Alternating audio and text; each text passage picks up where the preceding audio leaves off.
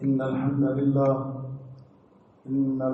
لله نحمده ونستعينه ونستغفره ونعوذ بالله من شرور أنفسنا ومن سيئات أعمالنا من يهده الله فلا مضل له ومن يضلل فلا هادي له وأشهد أن لا إله إلا الله وحده لا شريك له وأشهد أن محمدا عبده ورسوله اللهم صل على محمد وعلى آل محمد كما صليت على إبراهيم وعلى آل إبراهيم إنك حميد مجيد اللهم بارك على محمد وعلى آل محمد كما باركت على إبراهيم وعلى آل إبراهيم إنك حميد مجيد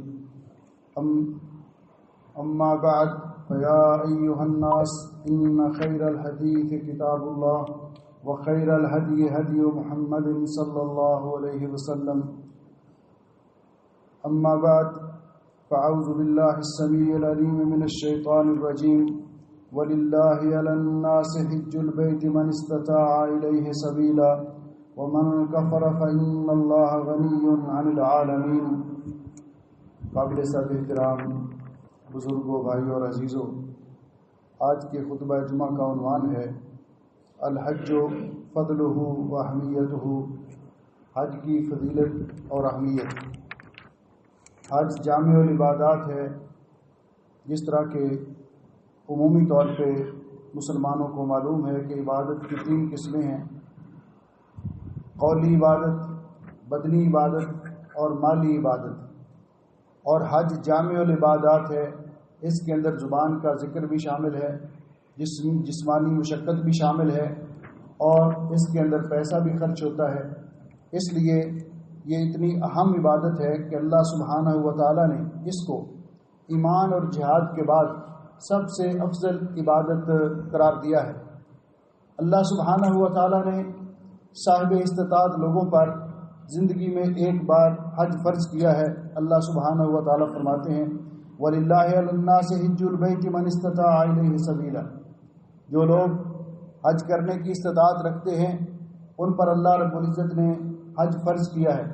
اور نبی اکرم صلی اللہ علیہ وسلم نے فرمایا، حضرت ابن عباس رضی اللہ تعالیٰ عنہ فرماتے ہیں کہ آپ نے خطبہ ارشاد فرماتے ہوئے فرمایا یا ایھا الناس کتب علیکم الحج، اے لوگو اللہ نے آپ پر حج فرض کیا ہے، فحجوا، اس لیے بیت اللہ شریف کا حج کرو.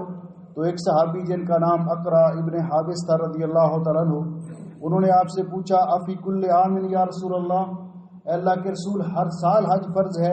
آپ نے خاموشی اختیار فرمائی اور اس کے بعد فرمایا لو قلت نعم لوجبت، اگر میں کہہ دیتا کہ ہر سال حج فرض ہے اس کے جواب میں نعم، تو ہر سال اللہ تعالیٰ حج فرض کر دیتے، لیکن تم اس کو نہ کر سکتے.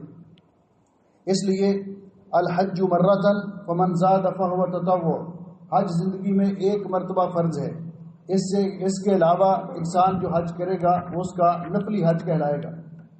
یہ وہ عظیم عبادت ہے کہ جو امت مسلمہ کی شان و شوکت کا ایک شاندار مظہر ہے. پوری امت مسلمہ ان کے اتحاد کی علامت ہے. حج مبرور، اس کا بدلہ جنت کے سوا کچھ نہیں. نبی پاک صلی اللہ علیہ وسلم نے فرمایا والحج المبرور لیس له جزاء الا الجنہ. حج خواتین اور کمزور لوگوں کا جہاد ہے. حج کرنے والے جو حج کے لیے جانے والے ہیں یہ لوگ اتنے مبارک لوگ ہیں کہ نبی پاک صلی اللہ علیہ وسلم نے فرمایا الحجاج والعمار وفد اللہ. حج کرنے کے لیے جانے والے یا عمرہ کرنے کے لیے جانے والے یہ اللہ کے مہمان ہیں. اللہ تعالیٰ نے ان کو بلایا ہے اور یہ اللہ کے حکم پر لبیک کہتے ہوئے جا رہے ہیں. اور اللہ تعالیٰ سے جو بھی دعا کریں گے اللہ سبحانہ و تعالیٰ ان کی دعا کو رد نہیں کرے گا. حج کن لوگوں پر فرض ہے؟ استطاعت کا معنی کیا ہے؟ ایک صحابی نے نبی پاک صلی اللہ علیہ وسلم سے پوچھا کہ استطاعت کا معنی کیا ہے؟ تو آپ نے فرمایا الزاد والراحلہ، جس کو سفر کے اخراجات میسر ہوں، سواری میسر ہو، اس پر حج فرض ہے. علماء نے حج کی فرضیت کے لیے جو شروط مقرر کی ہیں وہ 5 ہیں عمومی طور پر. پہلی شرط ہے اسلام. حج مسلمانوں پر فرض ہے، کافروں پر نہیں. کافر کرے گا بھی جب تک اس کے پاس ایمان نہیں ہوگا اللہ قبول نہیں کرے گا.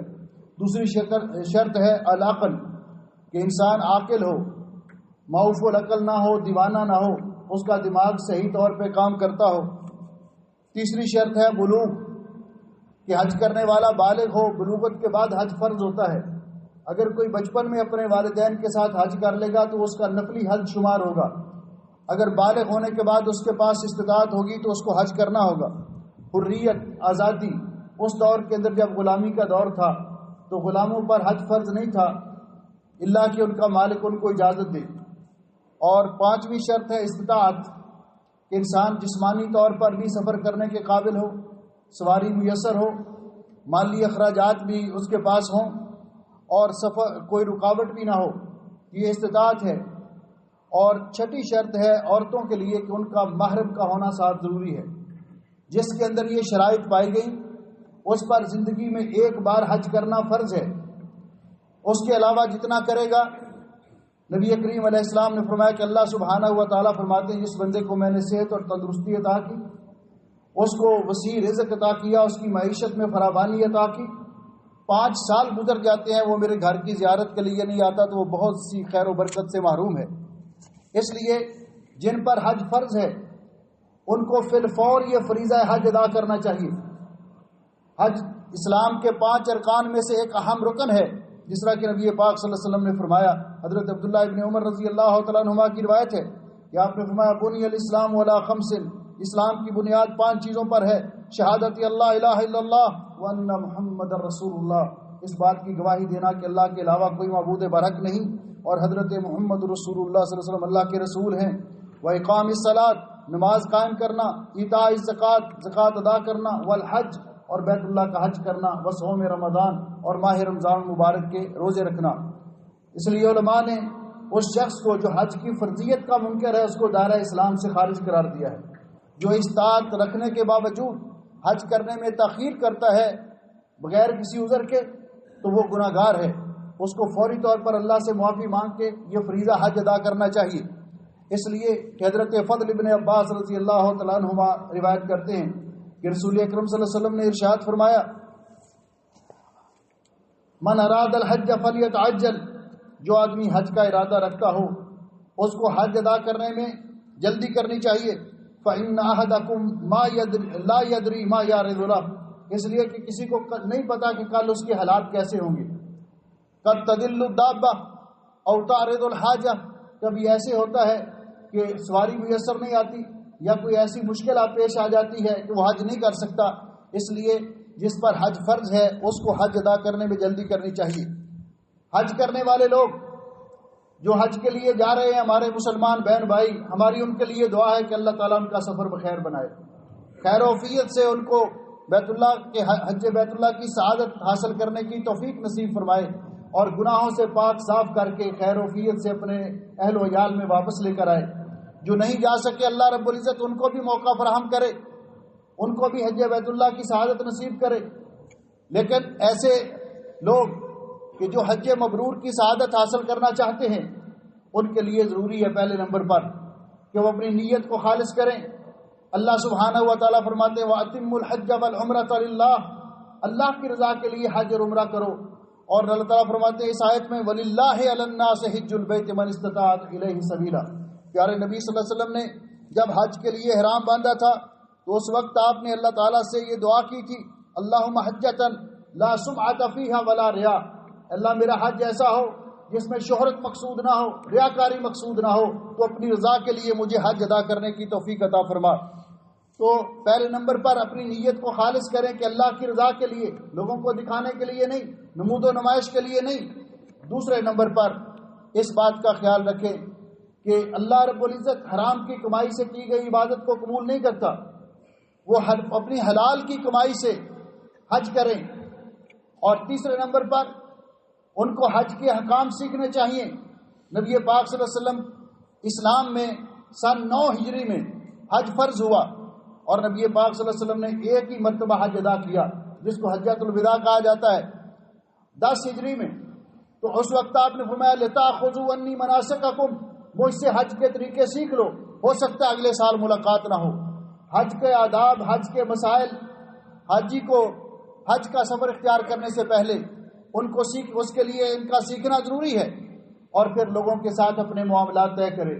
اور 5ویں نمبر پر حاجی کو اس بات کا شعور اور احساس ہو کہ اللہ نے اس کو مقام دیا ہے کہ الحجاج والعمار وفد اللہ، یہ اللہ کا مہمان ہے۔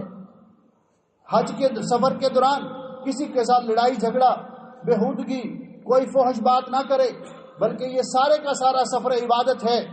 اگر ان شرائط کی موجودگی میں ان آداب اور تقاضوں کو ملحوظ رکھتے ہوئے حج کرے گا تو حاجی جہاں سے اس کا سفر حج شروع ہوتا ہے وہاں سے قدم قدم پر اس کو نیکیاں ملتی ہیں۔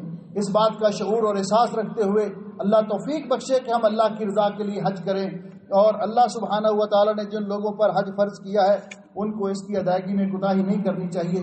اللہ سبحانہ و تعالیٰ ہمیں بھی زندگی میں بار بار یہ سعادت نصیب فرمائے۔ اقول قولی ھذا استغفر اللہ لی ولکم ولسائر المسلمین من کل ذنب واتوب الیہ فاستغفروہ انہ هو الغفور الرحیم۔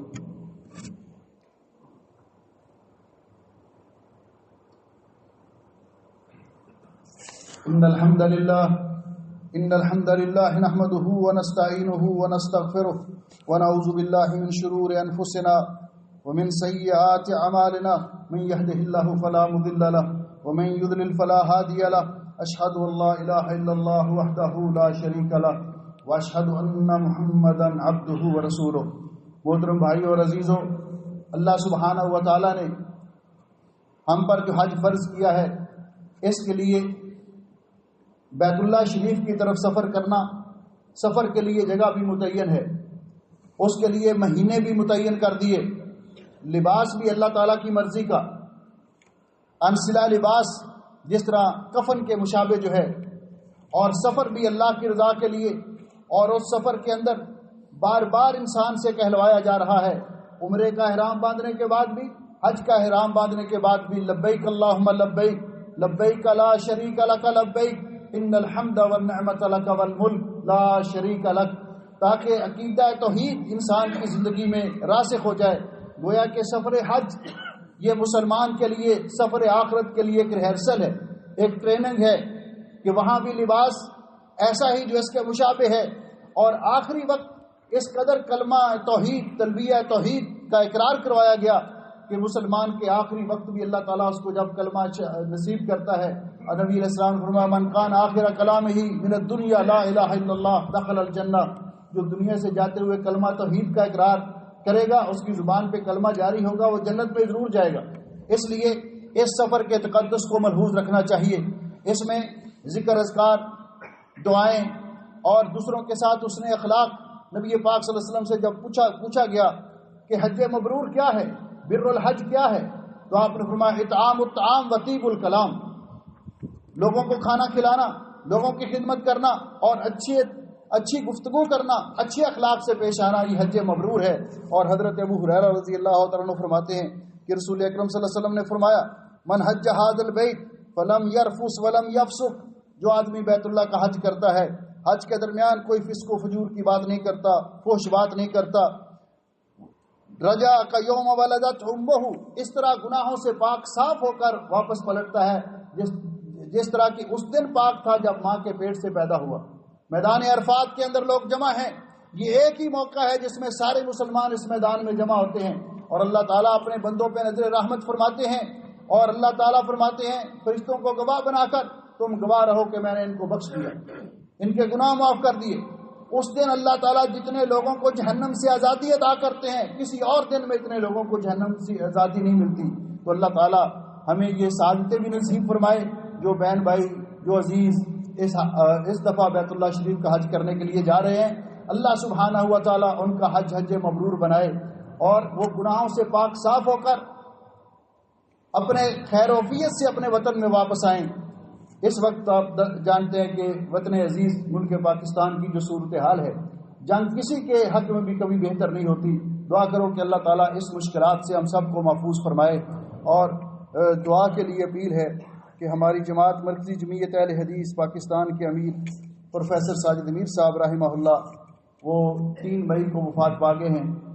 بہت زیادہ انہوں نے دین کے لیے خدمات انجام دی ہیں، اللہ ان کی حسنات کو قبول فرمائے، ان کے گناہوں کو معاف فرمائے، اور ان کو جنت الفردوس میں اعلیٰ مقام عطا فرمائے۔ ان اللہ و ملائکتہ یصلون علی النبی یا ایھا الذین آمنوا صلوا علیہ وسلموا تسلیما۔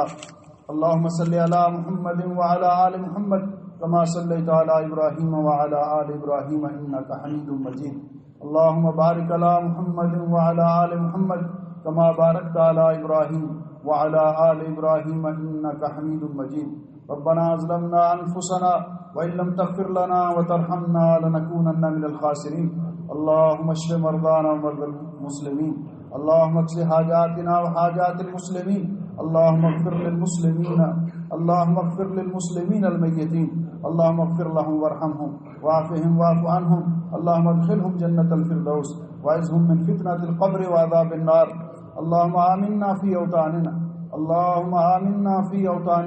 اللهم اجعل هذا البلد آمنا مطمئنا رخاء سخاء وسائر بلاد المسلمين.